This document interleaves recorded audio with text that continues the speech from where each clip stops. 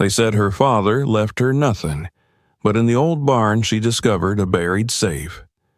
What she found inside turned her whole life upside down. Subscribe and tell us where you're watching this video from. The road stretched endlessly through the barren Texas countryside, a ribbon of asphalt slicing through fields gone golden and brittle under months of heat. Amara Jackson gripped the steering wheel of the rental car until her knuckles whitened, her gaze shifting between the horizon and the nearly forgotten property pinpointed on her phone's navigation app.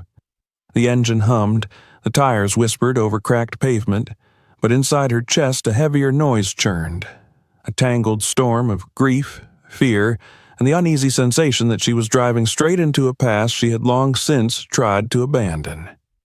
The air grew drier the deeper she traveled into the rural county of her childhood, carrying the faint scent of dust and distance, as if the land itself exhaled memories she had spent years suppressing. The ranch appeared just as the sun angled lower, casting soaked amber light across the open stretches of grassland. The property sign, once painted in bright letters she used to trace with her small fingers, now sagged and peeled, half swallowed by weeds.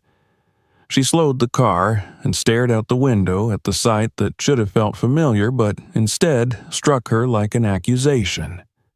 The fencing leaned crookedly, sections missing entirely, and the main gate hung ajar as though broken long ago and never repaired. She pulled into the drive, feeling the jostle of uneven dirt beneath the tires, and killed the engine, listening to its ticking fade into the quiet of the countryside. The farmhouse stood before her, stubborn against ruin. Its white paint, now more gray than anything, flaked off in curling strips. Window frames darkened with age stared like hollow eyes. The porch boards sagged but held just barely. The place that once felt like the whole world to her now felt like a place the world had forgotten. A plastic chair sat knocked over on the porch, brittle and sun-bleached. For a moment, she could almost see her father sitting there as he once had every evening, his broad shoulders relaxed after a long day's labor, the dying light outlining his silhouette. She swallowed hard and stepped out of the car. The breeze nudged her braids against her shoulders, carrying with it a distant echo of childhood laughter. Hers, shrill and joyful. His, low and infectious. But that was another life. A life before she chose the city over the soil that had raised her.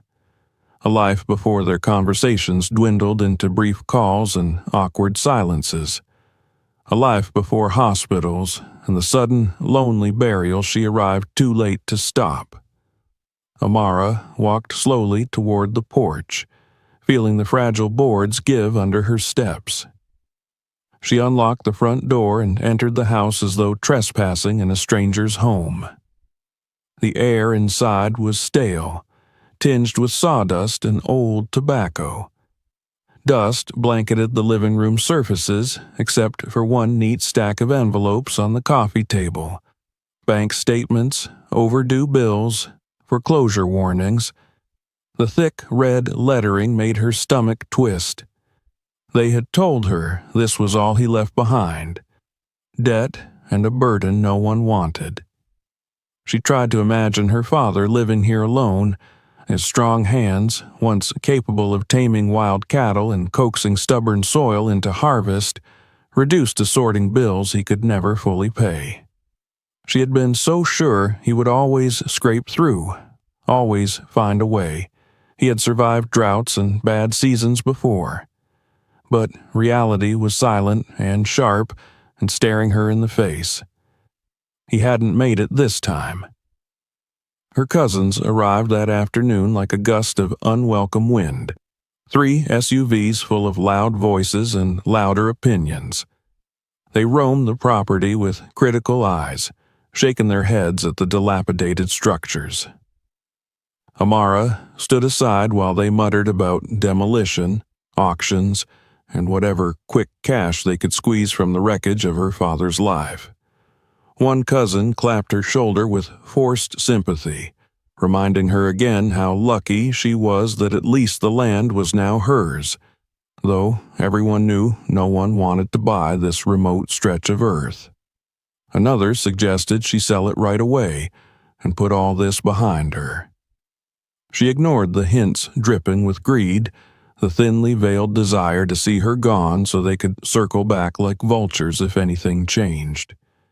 She smiled through clenched teeth until they finally left, engines revving away down the road, leaving her again in aching quiet. She returned inside and thumbed through the stack of bills, scanning dates. Many were recent, too recent. Some were stamped only a week before he died. How could he possibly still be making payments on anything when everyone swore he was completely broke? Her frown deepened when she noticed a few receipts tucked beneath the pile. Hardware store purchases for lumber and bolts, dates circling the last months of his life. If he was drowning in debt, why was he repairing this broken place? Hours passed as she wandered the rooms, uncovering traces of meticulous maintenance among the decay. Tools organized on a wall pegboard, some new, a fresh set of hinges on a kitchen cabinet. In the barn, visible through the back windows, a new padlock gleamed silver against rotted wood. Nothing aligned with the narrative she'd been fed about a man losing everything. Near dusk, she discovered a notebook on his nightstand. His pages were filled with untidy scrawl, phrases like, "They won't take this land from us," and "I'm running out of time." Words like evidence and fight and truth, repeated with increasing desperation. The more she turned the pages, the more a strange chill wound through her. Her father had been afraid of something real enough that he documented it carefully yet never shared it with her. A sudden metallic groan startled her. She moved to the front window and peeked through dusty curtains. The ranch's main gate was shifting as though pushed from outside. Car headlights flared, sweeping across the yard. A dark truck sat momentarily, engine rumbling. Her breath caught. She couldn't see the driver through the glare, but she felt the weight of unseen eyes staring up at the house.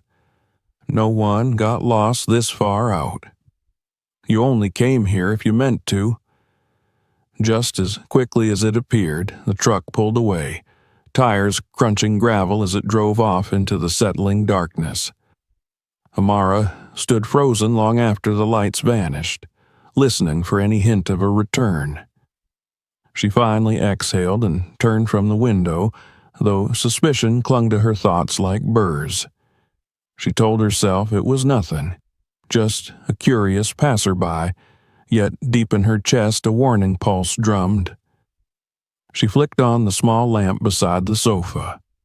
Its soft glow barely stretched beyond its own shadow, leaving the corners of the room drenched in gloom. Amara sat, drawing her knees close, reviewing what she knew. The ranch was supposedly worthless. Her father supposedly had nothing. His body was barely cold, and already people were circling like sharks. But the repairs, the purchases, the secrecy, they whispered another truth entirely. She looked toward the barn through the back window, its silhouette stark against the moonlit yard. Something waited there. Something that did not match the story she had been told. The silence swelled again around her, heavy but expectant, as though the house itself waited to see what she would do next. She curled into the sofa, but sleep eluded her. Instead, she lay alert beneath the low creaks and sighs of settling wood and the restless ticking of her own thoughts. A father she barely recognized at the end had left her more questions than answers, and now the weight of the unknown pressed down with startling urgency. Hours later, drifting at the edge of uneasy sleep, she jolted upright as a distant door groaned somewhere on the property, a slow, deliberate sound, too heavy to be the wind. Her heartbeat surged, ears straining. When silence resumed, thicker than before, she whispered into the empty darkness, not expecting any answer but certain something in the night was listening. By morning, exhaustion hung behind her eyes, but resolve had taken root in her mind. She would not leave. She would not surrender the land. And she would not accept the story that her father had died with nothing. The barn, with its fresh lock and patched beams, awaited her. Something in that worn structure held the key to everything he had hidden, everything he had fought for, everything he had died trying to protect. Amara stepped onto the porch as the sun crested the horizon, lighting the ranch with a pale promise. This was her home now, broken, battered, and full of secrets. And she was done pretending she didn't want to know them. She looked once more at the barn. Today, she would uncover its truths. The story of her father and of this land was buried beneath dust and deception. But she had returned. And whether she had the strength for it or not, she would dig. Morning light crept over the horizon, washing the ranch in a gentler shade of gold than the night before. Amara stood in the kitchen, staring into a chipped mug of coffee that tasted like dust and bitterness, but gave her hands something warm to cling to. Every muscle ached from sleep that had been shallow as a puddle. The memory of the truck passing through the night lingered in her thoughts like a dark stain refusing to fade. She set the mug down, drew a breath, and turned toward the back door. The barn waited. She sensed that whatever her father had hidden in his final days lay within those walls, something he didn't trust anyone else to find.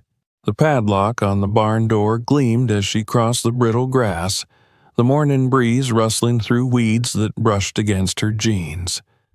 It was a cheap lock, but new, which made it stand out even more against splintered boards and rusted hinges. Her father had purchased it recently, far too recently for a man supposedly out of money. She rifled through the ring of keys she found in his kitchen drawer. Most were old and worn, tags long faded by time, but one looked newer than the rest. She held her breath as she slid it into the lock. A clean click sounded, startlingly loud in the hush of morning. Her pulse quickened as she removed the lock and pulled open the heavy door. It groaned in protest, as though something inside resisted her presence. Dust motes danced through beams of sunlight as they pierced cracks in the roof. The scent of oil, hay, and old wood filled her nose. She took cautious steps forward, her boots stirring dust and small scraps of grain across the dirt floor. The barn was larger inside than she remembered. In her childhood it had been a place of warmth. Horses shifting in their stalls, her father humming tunelessly as he brushed manes and tightened saddle straps. Now it felt cold, stripped of life and purpose, but not of secrets. She scanned the interior. Some corners were untouched by time, a neatly coiled rope, sharpened tools arranged carefully, a new length of chain hanging from a peg. The details were subtle, but undeniable. Someone, her father, had been working in here long after the rest of the ranch fell into ruin. Her eyes fell to the far side of the barn. The boards of the floor there were a different shade, lacking the thick dust that covered the rest. She walked toward them slowly, sensing that the room itself was watching her every move. The floorboards creaked beneath her weight. She knelt and brushed the surface with her hand, fingertips tracing the outline of nails that still shone silver instead of dark rust. A corner of wood felt loose. Before she could investigate further, the floor beneath her left foot suddenly shifted. The wood splintered with a sharp crack, and her leg plunged downward into darkness. Pain shot up her shin as she yelped, trying to yank her leg free. Her fingers clawed the boards, heart hammering in panic. She pulled herself backward and collapsed onto the remaining solid floor, gasping as she stared at the hole she had just created. Splinters stuck out like jagged teeth, framing disturbed earth below. Coughing dust, Amara crawled closer and peered down. The soil looked fresh, damp even, unlike the dry crust covering the rest of the barn. Her father had buried something here. Recently. Adrenaline fueled her movements as she located a shovel leaning against the nearest stall. Its handle was smooth, as though used often. She returned to the damaged section of floor and began prying boards away, widening the opening. Sweat pricked her brow despite the morning chill. The boards finally gave way, exposing a rectangle of loose earth roughly the size of a trunk. She dug. The shovel sliced easily into soft soil.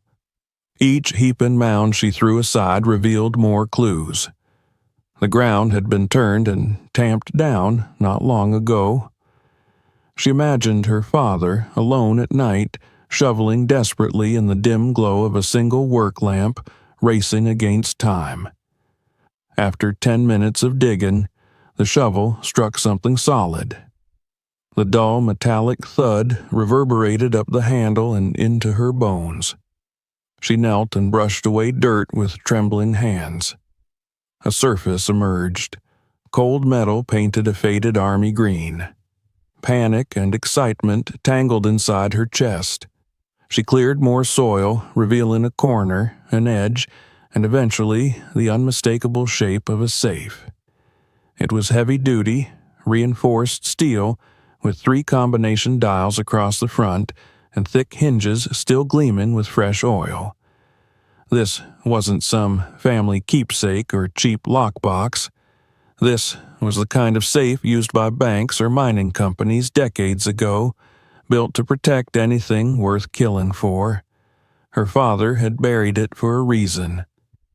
Amara sat back on her heels, breathing hard, staring at the impossible sight as though it might vanish if she blinked too long. What had he been involved in? What had he been hiding? The world she thought she understood slipped further away the longer she stared. The safe seemed to stare back.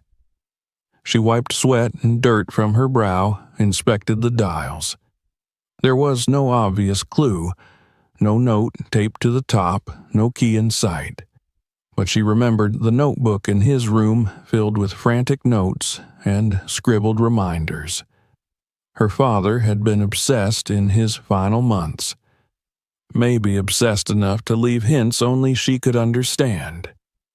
Her first guess was her birthday. She twisted the dial slowly, trying not to hope too much. Nothing happened. Then, her mother's birthday. Still nothing. The date he bought the ranch. She barely remembered it, but if her father had been the one to set the lock, surely the land he fought so hard to keep would matter. She dialed in the numbers carefully, heart in her throat. Still, the safe remained stubbornly shut. She closed her eyes and tried to imagine him. Tried to remember the things that had mattered to him beyond bills and land, and the hard life that had worn him down. He had been a man of stories, old tales told around cattle fires, history carried in quiet verses under the stars. He cared about family legacy, about justice, about promises made by those who were no longer living. Perhaps the code wasn't a simple date at all. She leaned closer, tracing her fingers along the surface. Then she saw something she had missed, 3 tiny scratches carved into the metal beside each dial. She thought at first they were random scuffs, but when she brushed them clean, they were unmistakable marks. Not numbers, not letters, Roman numerals. IVX 1, 5, 10, years, ages, something personal, something she should know but couldn't yet grasp. Exhaustion overtook her. She sat down, legs dangling into the shallow hole, resting her hands on the cool edge of the safe. Her father had left her his greatest secret, buried in a barn floor, and she didn't yet understand how to unlock it. A sudden sound made her flinch. Gravel crunched outside. Heavy, slow footsteps neared the barn. Someone else was here. She scrambled to her feet, dust clinging to her jeans, racing to sweep pieces of wood over the disturbed ground. But the gap was too big, the safe too exposed. She stood frozen, heart galloping painfully, hands shaking as she brushed soil across the metal in a futile attempt to conceal it. The barn door groaned open. Harsh sunlight flooded in, framing a silhouette she could not immediately distinguish. Time slowed, air stilled, and fear coiled tight in her gut. She expected the faceless threat from the dark truck, some enforcer, some shadow of the corporation that had hovered unseen yet hostile. But it wasn't a stranger. It was Sage Whitman. Sage, who had worked with her father for years on the ranch before disappearing from their lives without an explanation. His broad shoulders filled the doorway. His face was worn, eyes shadowed with something she could not name. As he stepped inside, his gaze dropped to the dirt-covered safe at her feet, then lifted slowly to meet hers. The silence between them stretched until her pulse thundered in her ears. Sage's voice, when it came, was low and weighted. "So," he murmured, "you found it." Her breath caught, and before she could form a single question, she saw understanding, no, fear, flash across his face. He knew what the safe was. He knew why her father had buried it. And he knew exactly how dangerous it was that she had uncovered it. Amara's world tilted further into uncertainty as Sage stepped closer, his boots pressing into the dirt like he belonged here, like he had always known this day would come. Everything she thought she knew about her father, about the ranch, about the life she had walked away from, was unraveling thread by thread. And Sage Whitman, standing in the sunlight with secrets etched into the lines of his face, was about to pull the next one loose. The safe waited between them, silent and heavy, like a heart that had not yet begun to beat. The air inside the barn thickened with tension as Sage stepped nearer, boots pressing small craters into the loosened dirt. Amara's pulse roared in her ears, each beat a warning. She braced herself, every muscle taut, ready to defend the half-buried safe if she had to. Sage didn't rush. He stopped a few feet from her, his gaze steady but troubled, as though he was looking not only at the safe but at a future neither of them wanted. "You shouldn't have come back alone," he finally said, his voice low and gravel rough. He wasn't angry, not exactly, but his tone carried a weight of inevitability, as though the moment they now stood in had been silently approaching for years. Amara swallowed the tightness in her throat. "Seems like I didn't have much of a choice," she said, nodding toward the mess around them. "Everyone made it clear there was nothing left here for me, except this." Her gesture at the safe was sharp, accusatory. "So what is it, Sage? What was my father doing that he didn't want anyone to know?" For a moment, he didn't answer. He crouched beside the safe and brushed away dirt she hadn't managed to hide. His fingers lingered on the Roman numerals beside each dial. The movement was almost tender, a familiarity that told her he had been here before, that this safe had once had a place above ground and within reach instead of buried like a body in the dark soil. "He was supposed to tell you," Sage said quietly. "Before he ran out of time." Amara stiffened. The thought sharpened her grief into anger. "He could have told me a lot of things, but he didn't." Sage's eyes met hers with a complicated glimmer, guilt, fear, loyalty that hadn't died with her father. He pushed himself to his feet, wiped dirt from his hands onto jeans stained from years of ranch work. The familiar gesture sparked memories.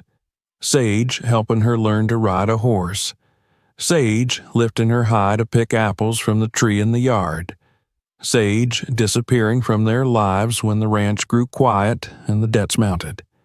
"You need to hear the truth," he said, "but not here, not with this," his nod toward the safe, sitting open for anyone watching. That last word stung her senses. Watching. She heard the crunch of late-night tires, the slow roll of that truck through darkness. The house had felt observed. Now the barn felt monitored too. She crossed her arms. "Then you'd better start talking because someone was here last night. Maybe they're coming back." Sage tensed, scanning the door, his shoulders rising as though he expected a threat to step through at any second. "They know he's gone," he said, "and when they come for what he found, they'll come fast. They won't knock." Fear rooted cold in Amara's spine, but she forced it down. Fear wouldn't get her answers. "So, what did he find?" she demanded, voice steadier than she felt. Sage hesitated. Then his expression shifted. Resolve overtaken reluctance. He took a breath, as though crossing a threshold. "Your father wasn't broke, Amara. He wasn't losing the ranch because he failed. He was losing it because he succeeded." The words sank in slowly, like oil spreading across water. She stared at him, confusion battling with sudden, urgent hope. Succeeded at what? All anyone ever told me was that he made bad deals and the land dried up. "No," Sage said, and for the first time certainty underlined every syllable. "He found proof. Proof that the corporation buying up farms around here has been using fraud and intimidation for decades. Proof they stole land that belonged to families like yours, like ours. Families that built this county long before those men in suits ever set foot on it." He moved around the safe, pacing as though the truth itself burned too hot to hold still. "Your father spent years digging into old land records, property transfers, court rulings that never should have happened. He collected every lie they told to force people out. The bribes, the forged appraisals, the false debts." His voice darkened, heavy with memory. "When they realized someone was tracking them, they came after him, cut his access to credit, made every bank say no, pressured the county to reassess his land as worthless so his taxes would bury him alive." Amara's mouth went dry. She pictured her father sitting at the kitchen table, surrounded by bills that screamed failure, while outside he hammered new boards into the barn he refused to abandon. She had thought he was too proud to ask for help. Now she wondered whether he had been too hunted. Sage crouched again and tapped the surface of the safe.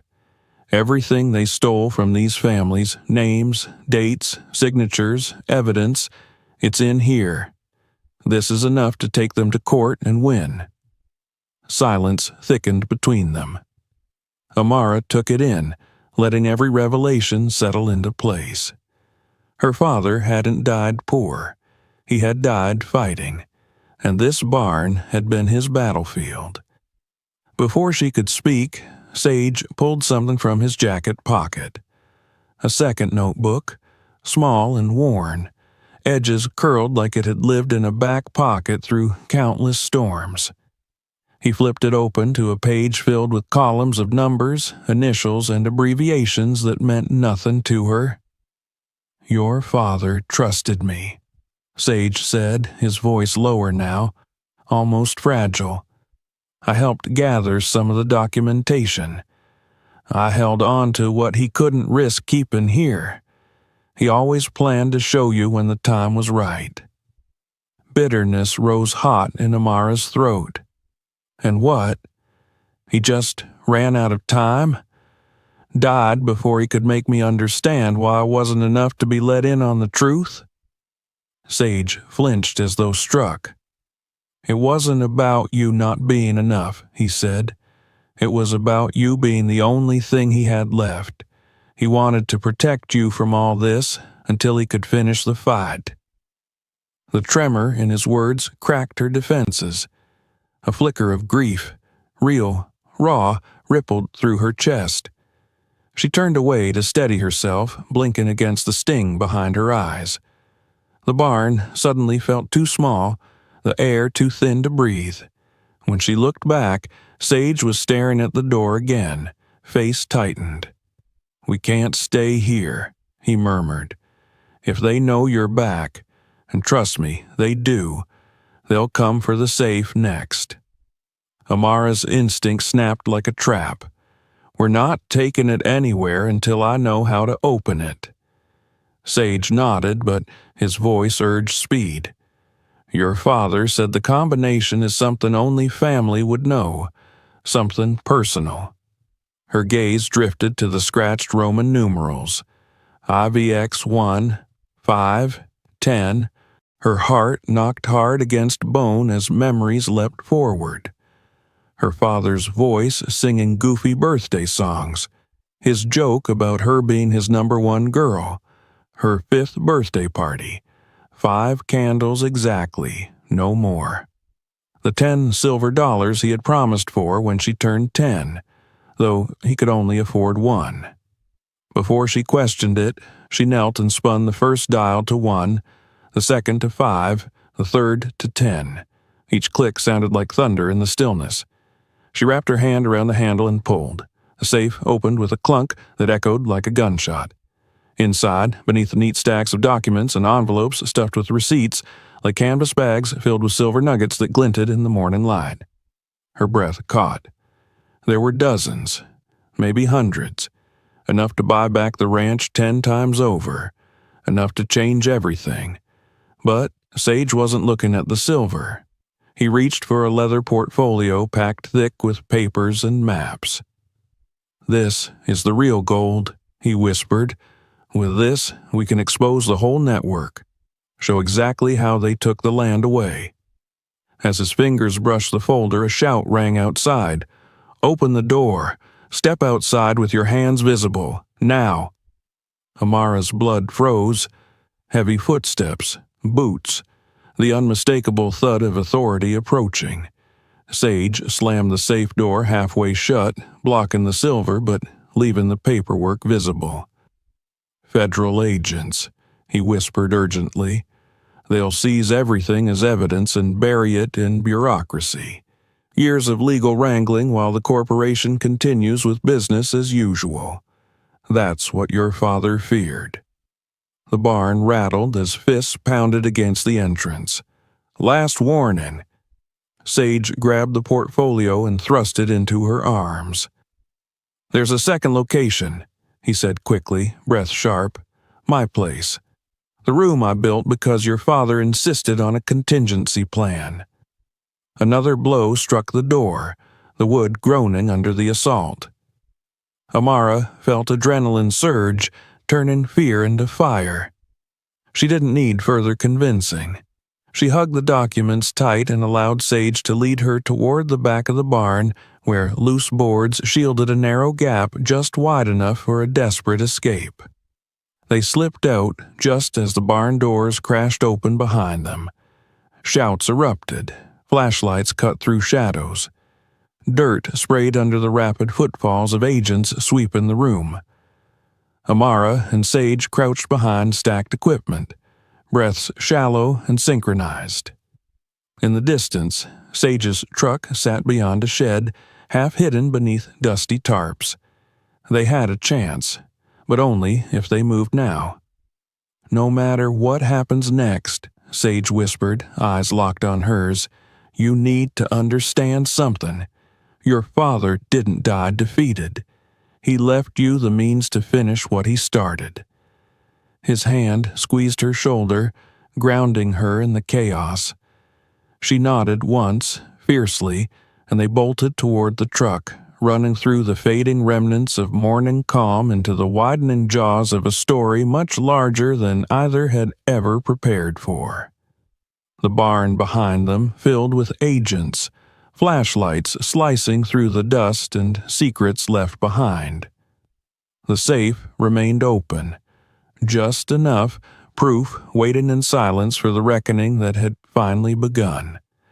The road unspooled beneath the truck's tires like a strip of worn ribbon, the ranch shrinking behind them into the haze of dust and sun. Amara kept glancing back through the rear window, half expecting to see the convoy of government vehicles erupting out of the property in pursuit. But the barn and house remained small and silent in the distance, just two forgotten structures etched against the horizon. Sage drove without turning on the headlights, coasting with the engine barely above idle as he guided the vehicle down a narrow dirt road that wound like a secret. It was a practiced route. She could tell by the certainty in the way his hands moved across the wheel, by the lack of hesitation when the path forked and twisted. Her heart still pounded from the escape. The weight of the leather portfolio pressed against her ribcage under her arm, the edges digging into her skin every time the truck hit a rut. She clutched it like a lifeline because that was exactly what it had become. The proof her father had lived and fought and refused to fall quietly. The proof that could change everything. Sage kept his eyes forward as the truck finally merged onto a barely paved road, leading them toward a small town 20 miles north. It wasn't a town she recognized. Lights were sparse. Houses huddled behind thick trees, hidden from the world. And at the very edge of the settlement stood Sage's home, a single-story structure with a sagging porch and a corrugated steel roof that gleamed silver in the sun. It looked like any other house of someone who worked hard every day and didn't waste money on things that didn't matter. Deceptively ordinary. Sage cut the engine, and the sudden silence was jarring. They remained still for a moment, breath catching up with adrenaline. Then he stepped out and motioned her inside through the back door. The house smelled faintly of cedar and coffee grounds. Amara followed as he led her through a narrow hallway toward a staircase that descended into a basement, the walls lined with concrete and cold pipework. Downstairs, the concrete gave way to something unexpected. A hidden room, tucked behind a wall that swung open once Sage pressed his hand against a certain brick. Lights flickered on, illuminating rows of file cabinets and a massive metal safe bolted into the floor. A folding table sat at the center, a wide map of the county pinned under a pane of glass, colored markers denoting parcels of land, numbers scrawled in corners, lines drawn between properties like a web that bound everything together. "This is where your father worked with me," Sage said, voice roughened by memory. "He kept the most sensitive information here in case anything happened to the ranch." Amara ran her hand over the table. She saw labels, farm names she recognized from her childhood, old family friends whose lands no longer belonged to them. She saw red X's marking properties she knew had been lost years ago. Each mark was a wound. "He knew they'd come for him eventually," Sage continued. "He wasn't afraid to fight, but he was afraid to leave you with nothing if he lost." Her throat tightened as she remembered those late-night calls, his quiet voice telling her not to worry, insisting he was fine. He had been preparing for war, and she had been too far away to see the battlefield. Sage opened the leather portfolio she had carried from the ranch and laid out the contents. Geological surveys, notarized statements, contracts that were clearly forged or coerced. Her father had collected everything with meticulous detail, every underhanded tactic the corporation used to swallow land. The scale of it stole her breath. "Why go after black farmers specifically?" she asked, voice breaking. "Because we were easy targets," Sage replied. "Land handed down orally, paperwork lost or never issued properly decades ago, banks that didn't trust us, courts that ignored us. They counted on our roots being shallow enough to yank up without resistance. "But my father resisted," Amara whispered. "He did," Sage said, "and he paid the price." She stepped back and pressed a hand to her chest, overwhelmed by the weight of the truth. Her father's fight was larger than their family, larger than the ranch.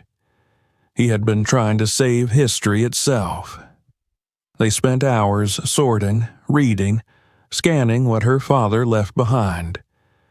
The air in the hidden room seemed to grow thicker as the web of corruption unraveled beneath their hands. Amara found letters from families she remembered as smiling faces at barbecues or Christmas gatherings, now reduced to shaky signatures pleading for help. She found records of sudden land seizures, crops destroyed under false claims of disease, tax bills inflated beyond any reasonable amount. She found the truth her father had died with, the truth his enemies wanted buried before it saw the light of court. A knock thundered upstairs, shaking the beams overhead. Amara jumped, adrenaline flooding anew. Sage motioned for silence and climbed the stairs slowly, finger pressed to his lips. The knock came again, stronger this time, followed by a voice calling his name. She recognized the tone, urgent but not hostile. Sage opened the door just enough to peek out.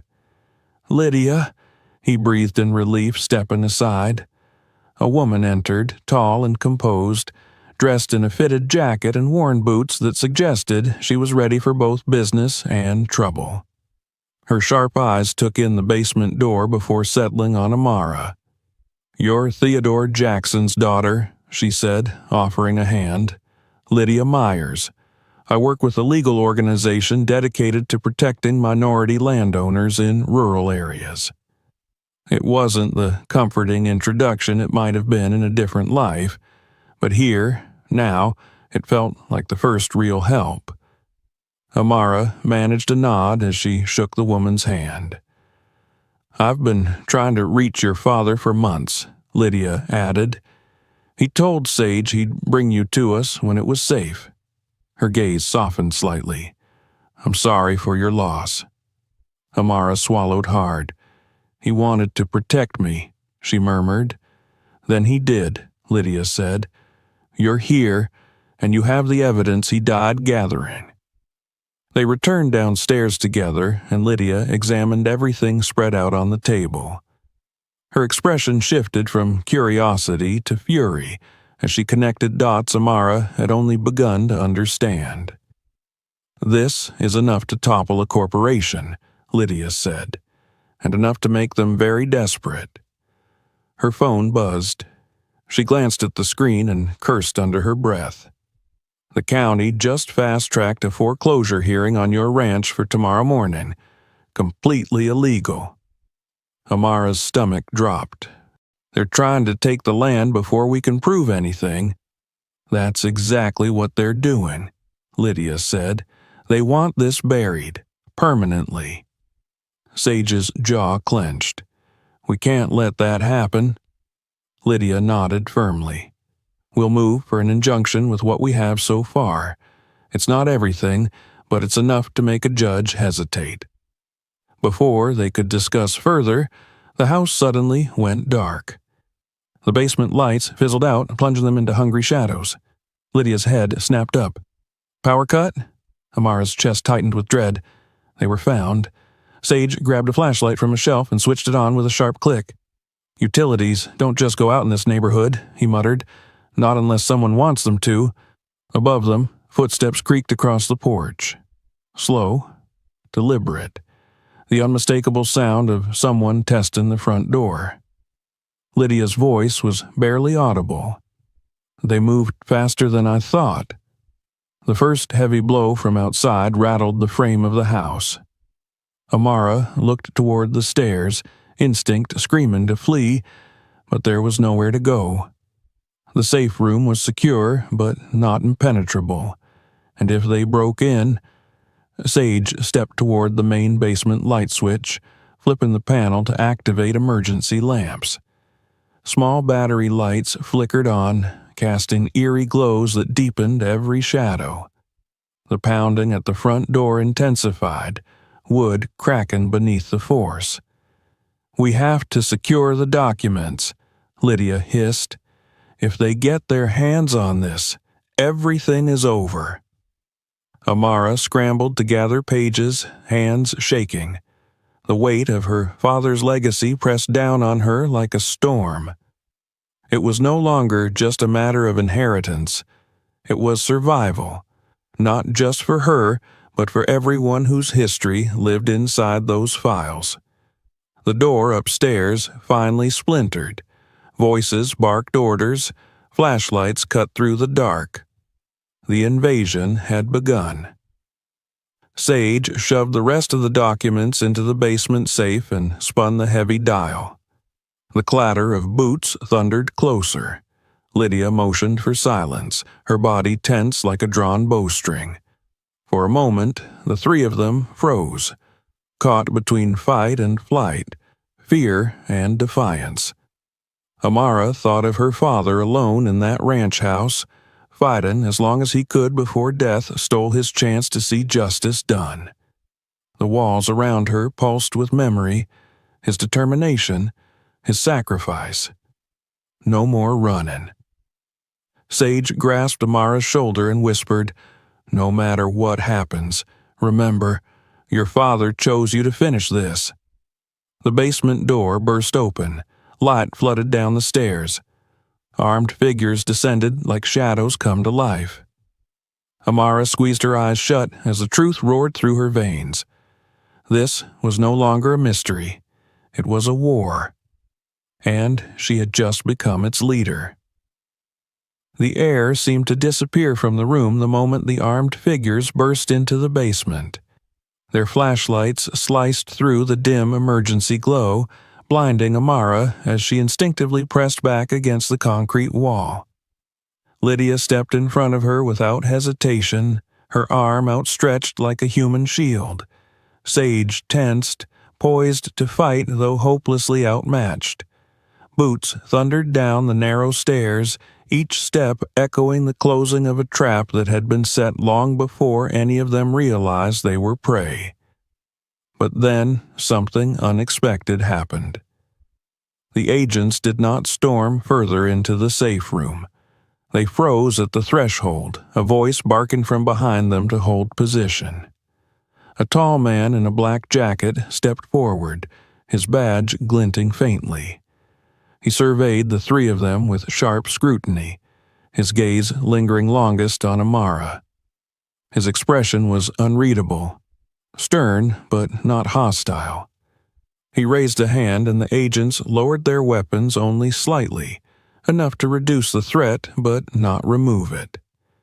"Miss Jackson," the agent spoke, his tone formal, rehearsed. "We are here to secure evidence related to ongoing federal investigations of land fraud and unreported financial assets.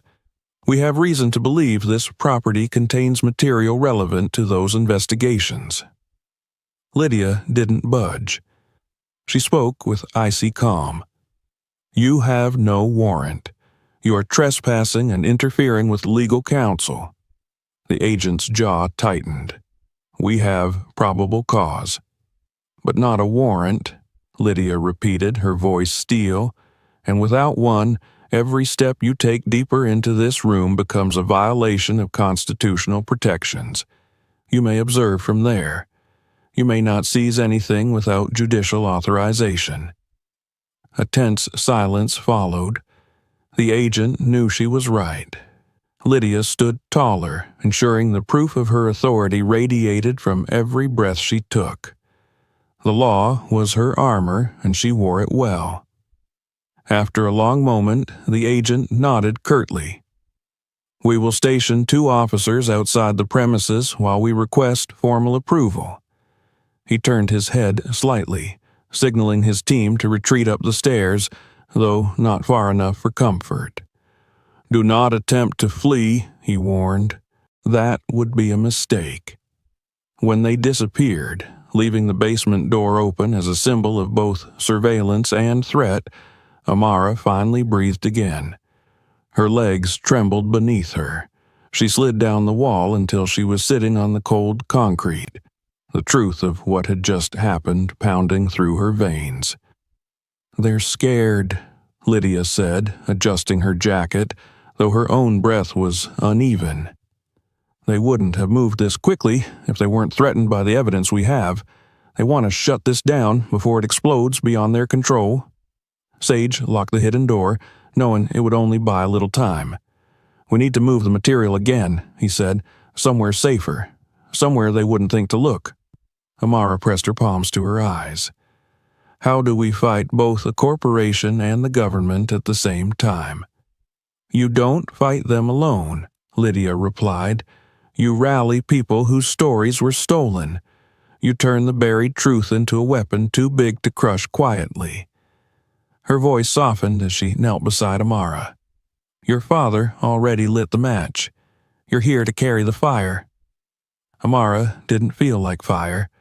She felt like ash, trembling, brittle, but beneath the fear, something newly awakened pulsed inside her. A spark. A memory of her father's stubborn resilience. He had fought every day to save the land his ancestors bled for. Now she finally understood that the burden had been a shield he held up for generations he intended to protect. She wasn't letting that shield fall. With newfound resolve, she stood again. "We move everything tonight." They spent the next hours scanning documents into encrypted drives. Sage loaded files into bags lined with protective seals. Lydia coordinated backup copies to be stored across multiple states with trusted legal allies. Every page preserved turned the looming threat into something less intimidating, because information secured could not be burned or buried. But the fight became personal in a new and painful way when Amara's phone lit up with a barrage of messages. Family group chat notifications chiming angrily into the dim room. "Why are there cops at the ranch? Sell the land, Amara. This is madness. You're going to ruin all of us. What did your father get you into? You need to stop before you end up like him." The last message made her blood run cold. It came from a number she didn't recognize. "Leave while you can." He didn't, and look what happened. She stared at the screen, chills crawling up her arms. Lydia leaned over to read the message, her face darkening. "They're watching every angle. They're trying to break your resolve." Sage's expression spoke volumes. Anger, guilt, determination. "We don't respond," he said. "We keep working." Amara nodded, but the warning seeped into her bones. The truth of it was written in the fear that had taken her father's sleep, his peace, his life. The forces against him could crush anyone who dared resist. Yet, here she was, resisting anyway. Time blurred into the steady rustle of papers, the glow of screen light, hushed exchanges of strategy. They worked through the night, and as dawn approached, the basement looked more organized than when they first arrived. The gloom had not lifted entirely, but it had shifted. No longer the darkness of ignorance, but the darkness before battle. Sage carried the last of the sorted evidence to the safe, his footsteps heavy. Lydia snapped her laptop shut and rubbed weary eyes. Amara stood, stretching her aching limbs. Only when she looked up at the staircase did she realize the footsteps above had returned. Someone was pacing the house again.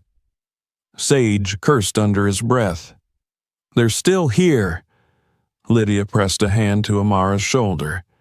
"This is intimidation, nothing more." But intimidation was not harmless. It wore at the nerves. It reminded them that every breath they drew was monitored by people who did not want the truth to breathe. Hours later, once the federal agents finally cleared with their warrant denied for the moment, Lydia ushered the group out of the house. They drove in separate cars to avoid being tailed easily. Lydia to the courthouse to file emergency motions, Sage to meet with community organizers who had long whispered about the injustices buried in this land. Amara drove back to the ranch alone. The land rolled toward her like a promise, dry grass waving under a rising sun that painted everything with the illusion of hope. Yet, the closer she got, the more that hope twisted into dread. She parked near the porch and stepped out slowly, scanning for movement. The ranch stood quiet, but her senses, sharp as razor wire, told her she wasn't truly alone. The front door was ajar. Her heart pounded. She reached into her pocket, gripping her father's old folding knife. She approached the house and pushed the door gently. It creaked open, revealing the chaos inside. The living room was tossed, papers shredded across the floor, furniture overturned. Someone had searched everything with violent impatience. A vandal's calling card, a warning. Something glinted on the kitchen counter, a small metal emblem depicting the corporate logo she now recognized too well. It gleamed like a snake's eye. She picked it up with trembling fingers. Not an accident. A signature. She sank into the chair her father once used while sorting bills. Tears blurred the room around her. Anger rose hot, fierce. They had invaded the last personal sanctuary her father left behind. They had defiled it to send her a message. We reached him. We will reach you. She clenched the emblem until its edges dug painfully into her palm. Not without a fight, she whispered. Later that afternoon, Lydia arrived with a stack of legal filings as thick as a dictionary. The injunction request was in motion, granting them temporary ability to halt foreclosure, and Sage returned with names. Dozens of families who were ready to stand in court and demand justice. Amara listened to the stories of these people, voices cracked by exhaustion but strengthened by solidarity. They spoke of land stolen, dreams crushed, ancestors betrayed. They described her father as a man who arrived with a notebook and hope when no one else did. He believed in us, one elderly farmer said on the phone, his voice trembling. He didn't let the world tell him we belonged anywhere but here. Amara wiped her cheeks. Her father hadn't fought for himself. He had fought for all of them, and they hadn't forgotten him. That night, for the first time since she returned home, the ranch didn't feel like a place of endings. It felt like a beginning, raw, unstable, and charged with purpose. Yet quiet terror still lingered like smoke after a fire. She had seen too clearly what their enemies were capable of, and she knew the worst was far from over. Amara stood on the porch under a sweeping night sky, stars burning overhead like ancient witnesses. She breathed deeply, filling her lungs with the scent of earth and season and legacy. She imagined her father standing beside her, pride warming his smile. She wished she had come home sooner. She wished she could hear him say that everything would be all right. But she realized something in that silence. He had already told her what she needed to know. In every record he saved, in every board he repaired, in every secret he buried for her to uncover. He had told her to finish what he started, and if she had to sacrifice peace for justice, she would. If she had to stand in the path of the same storm that consumed him, she would stand taller, because she was not alone anymore. Tomorrow they would take the first step into court, and the enemy's world would begin to shake. Morning arrived without gentleness, dragging a heavy gray sky across the plains as though the world itself anticipated the fight to come. Amara stood at the ranch's porch with a thermos of bitter coffee in hand, staring at the horizon where the courthouse lay miles away. Her nerves thrummed like struck wire. Behind her, the house remained in disarray, its ransacked rooms a reminder of the nightmarish intrusion she could not forget. Every overturned chair and shredded paper still lingered in her mind, a testament to how far her opponents were willing to go. Yet, instead of breaking her resolve, the violation hardened it into something fierce and immovable. Lydia arrived just after sunrise, stepping out of her car with 2 overstuffed briefcases and the kind of grim determination that told Amara she had not slept at all. Sage pulled up minutes later, his truck coated in a thin layer of dust from county back roads he had likely used to avoid unwanted attention. He carried a heavy binder tucked under his arm, a patchwork of testimonies, notarized statements, and hand-drawn maps from the farmers he had met the day before. As he walked up the porch steps, he gave Amara a slow nod, a silent vow that whatever happened today, they would face it together. "Ready?" Lydia asked, adjusting her glasses and looking Amara over with sharp, assessing eyes. "No," Amara admitted, exhaling shakily, "but I'm going anyway." "That's the right answer," Lydia replied. The 3 of them climbed into their separate vehicles and drove the long stretch of road toward the county courthouse. The town emerged from the rolling fields like a stubborn relic, its old brick buildings weathered by decades of sun and wind. Yet today, the courthouse plaza hummed with unusual life. Cars lined the streets, people gathered on the steps, voices rose and fell like a distant tide. Word of the hearing had spread fast, faster than anyone expected. Reporters with handheld cameras hovered near the entrance, sensing potential scandal.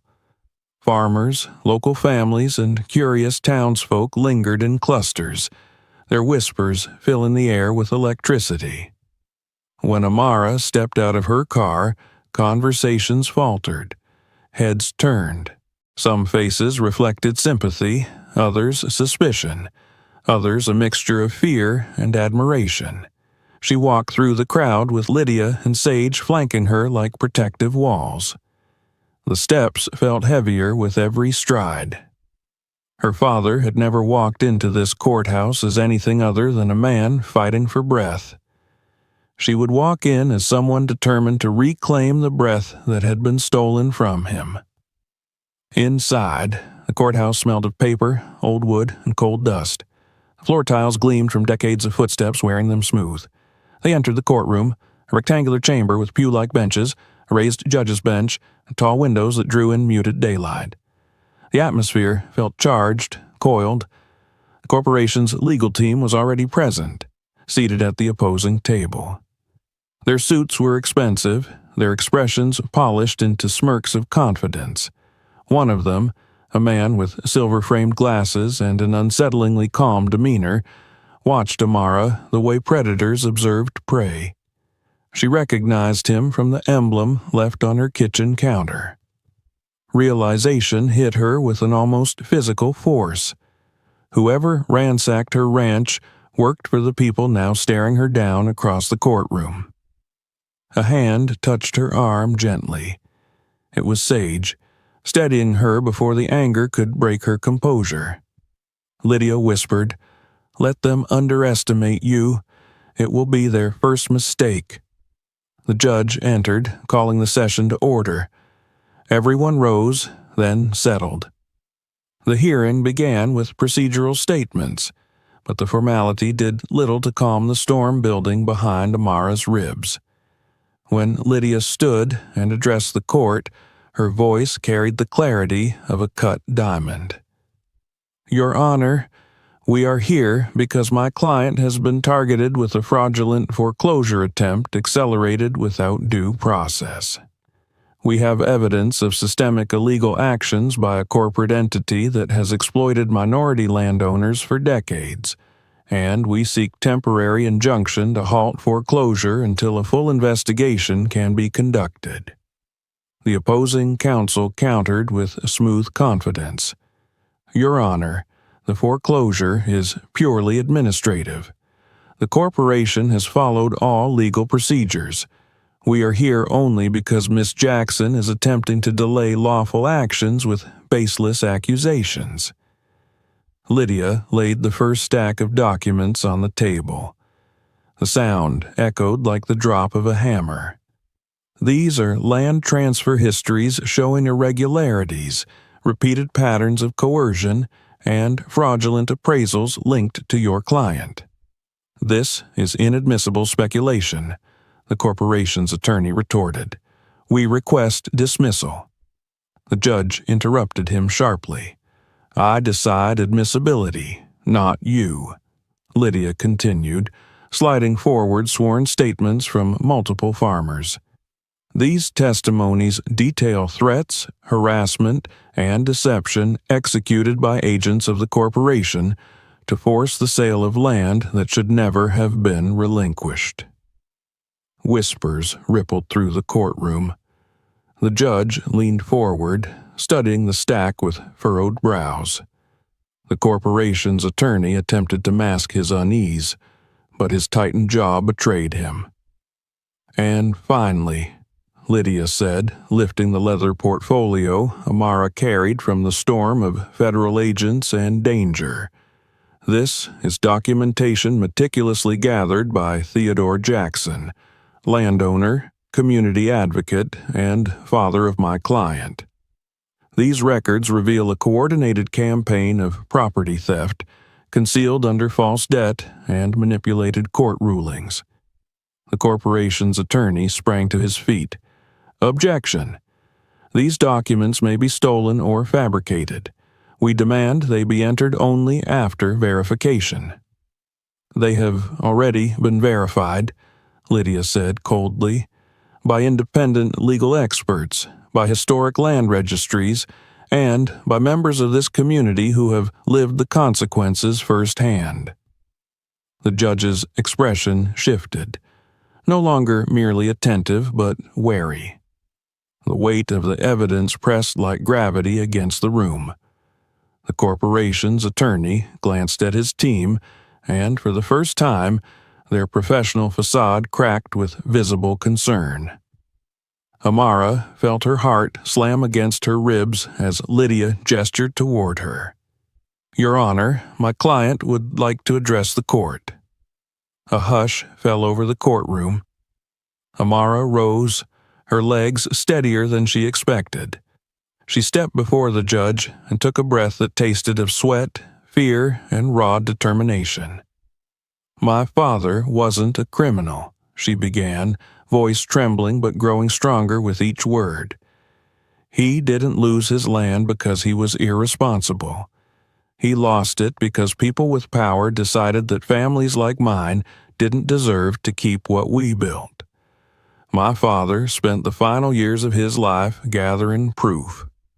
Proof that the truth matters. And proof that the people who built this county have rights. Rights that can't be erased by intimidation or lies. Her voice caught, but she pushed on, looking directly at the attorney whose emblem was left like a threat in her kitchen.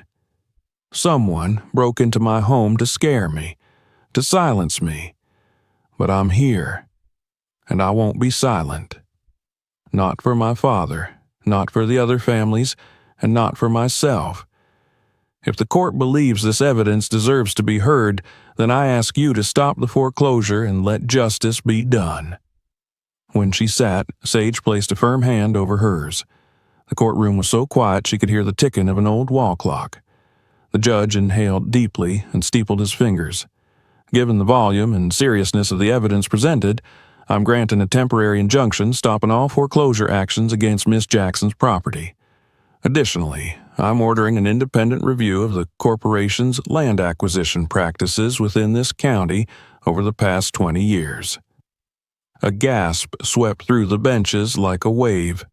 The corporation's attorneys erupted in protest, their polished calm shattered. The judge silenced them with a raised hand.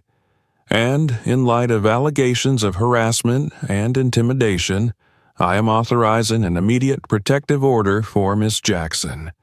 Court is adjourned." The gavel struck with finality, and the sound seemed to echo through Amara's bones, vibrating with the realization that they had won the first battle. Not the war, but the first meaningful strike against the force that had loomed over her family for generations. As they left the courthouse, reporters surged toward them, cameras flashing, voices overlapping in frantic questions. Lydia handled them with brief statements, while Sage acted as a barrier, guiding Amara through the crush of bodies. The farmers who had come to watch approached her with gratitude, shaking her hand, hugging her, calling her father a hero. But when she looked across the plaza, she saw him again, the man with the silver-framed glasses. He stood with arms folded, his expression unreadable. No anger, no fear, just the cold calculation of someone adjusting his strategy. Their eyes met. He smiled. The message hit her hard. This is far from over. Lydia noticed and stepped in front of her view. "You did incredibly well today, but be prepared. They don't lose gracefully." The rest of the day unfolded in a blur of interviews, legal filings, and community meetings. Yet the victory in court had sparked something powerful. People who had suffered in silence now stood with renewed courage, willing to speak publicly, willing to fight. What had once been her father's isolated struggle was growing into a movement. By evening, Amara returned to the ranch.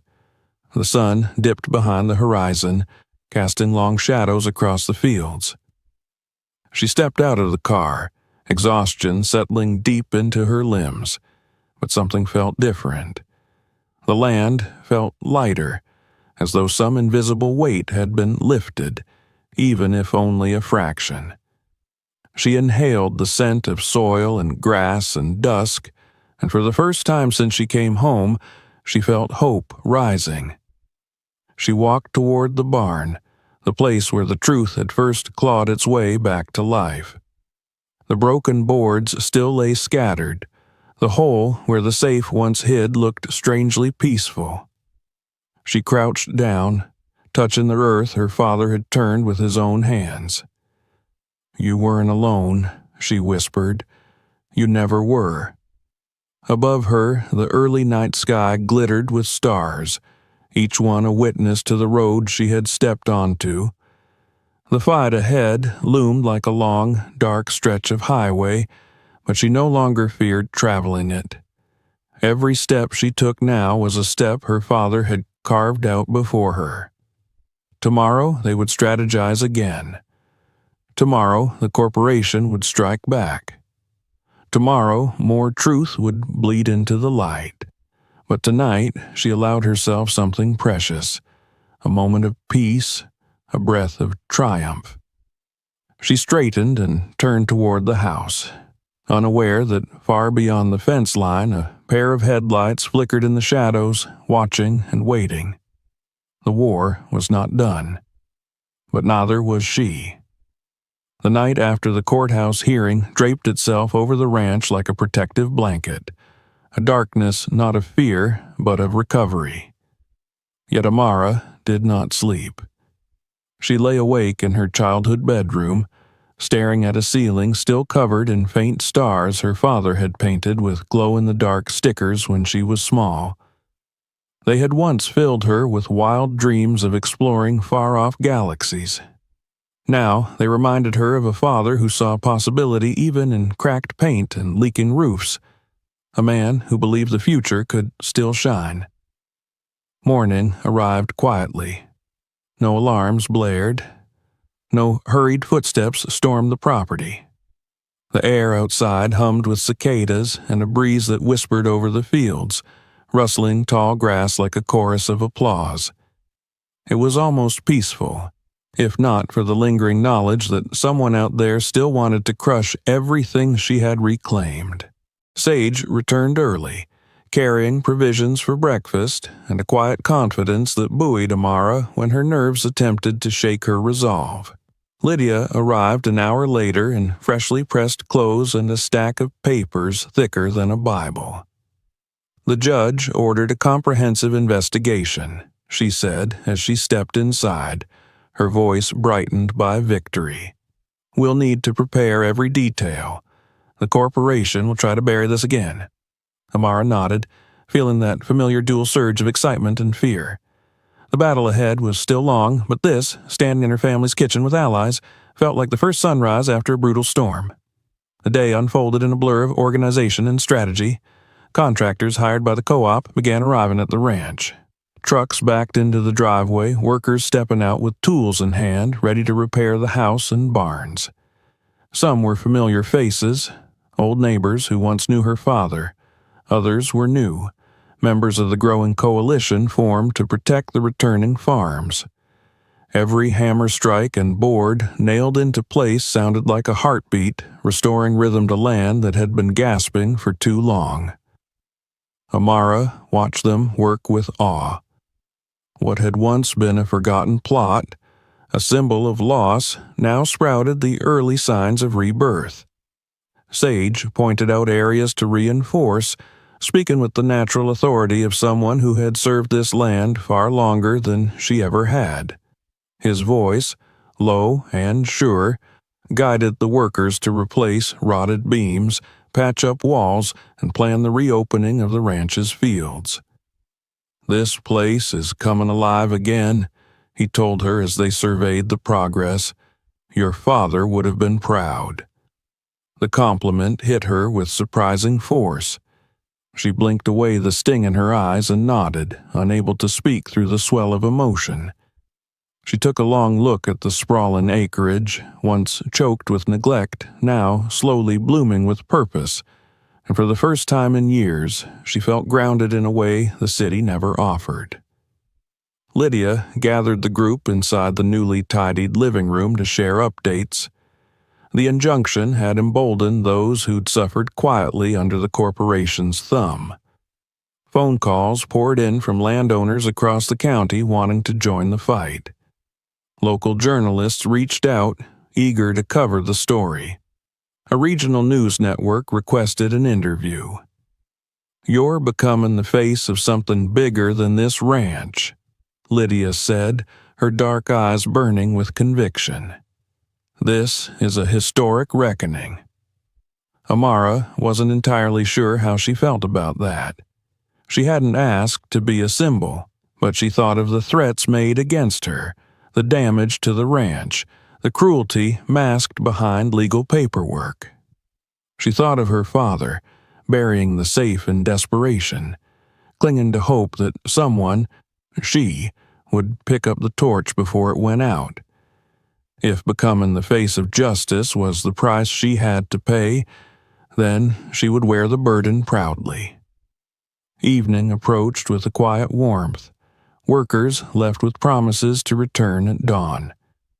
Lydia departed with a trunk full of evidence copies for filing the next morning. Sage stayed behind, though he lingered on the porch as if uncertain whether to enter. Things have changed fast, he said, watching the sun dip into the horizon like a burning coin. This land, it has a pulse again. It always did, Amara replied. We just stopped listening. Sage looked at her, his expression softening. Your father never stopped. I know that now, she whispered. They both turned their eyes to the barn, where new planks shone brighter than the old ones. It looked different, reborn, just like the rest of the ranch. Later, when the sky darkened fully and Sage said goodnight, Amara remained outside, stepping toward the barn with slow, deliberate steps. The night air cooled her skin. The scent of sawdust and fresh earth mixed with faint traces of motor oil, smells of restoration. Inside, the barn felt bigger than before. Clean sweep marks formed wide arcs across the floor, wooden boards sturdy under her shifting weight. She approached the place where the safe had been buried and knelt, placing her palm against the ground. Her father's perseverance lived in every nail he hammered, every record he saved, every breath he refused to lose. His legacy was not the silver in that safe, but the proof of dignity he fought to protect.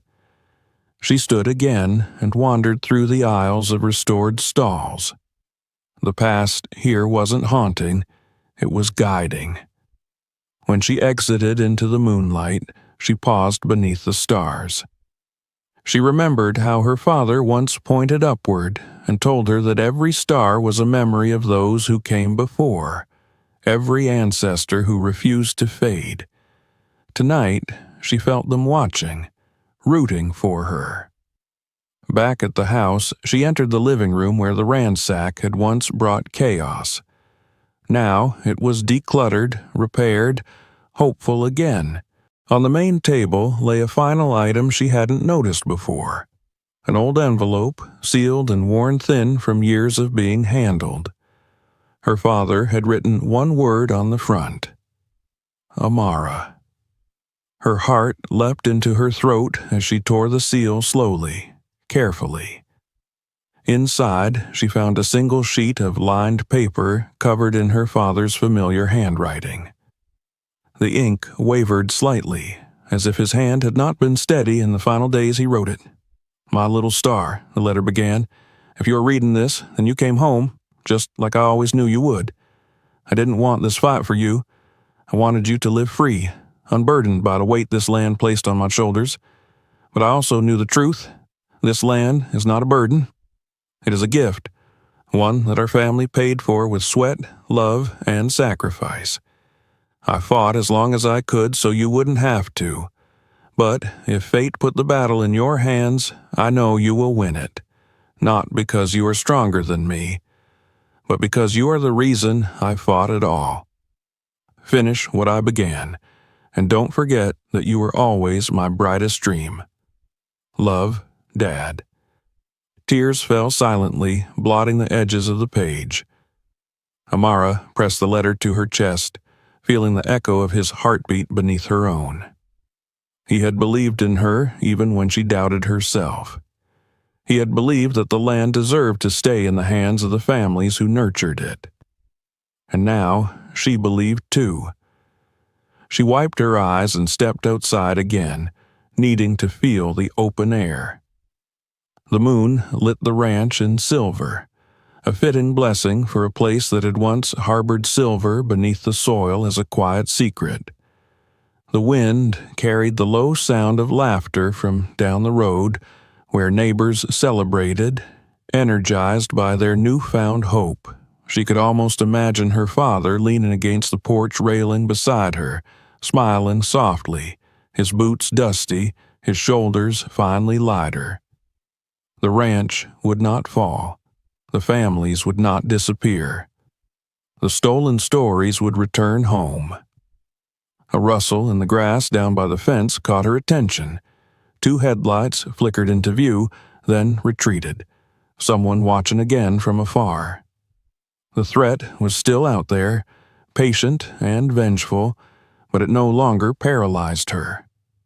Amara stood tall, shoulders squared, chin lifted. Let them watch. They would soon witness what it meant for the truth to rise. She turned and locked the front door behind her. Before heading to bed, she pinned her father's letter to the refrigerator, where she would see it every morning and remember what she was fighting for. Tomorrow, more families would arrive. Tomorrow, plans would strengthen and lawsuits multiply. Tomorrow, the land would speak louder with every step reclaimed by those who belonged to it. Tonight, she allowed herself to breathe deeply and believe. The stars above seemed to glow brighter, as if each one shifted closer to Earth, no longer distant, no longer indifferent. They witnessed the rebirth of the ranch and the resurgence of a legacy that would not be silenced.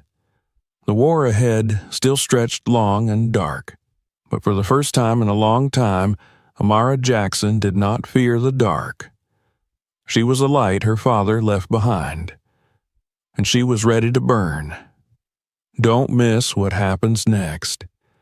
Subscribe now and hit the bell to follow every twist in these incredible stories. Watch the next video on your screen to uncover more shocking secrets and unbelievable discoveries. Share this video with friends and see what they would do in situations like this. You won't believe how real these stories get.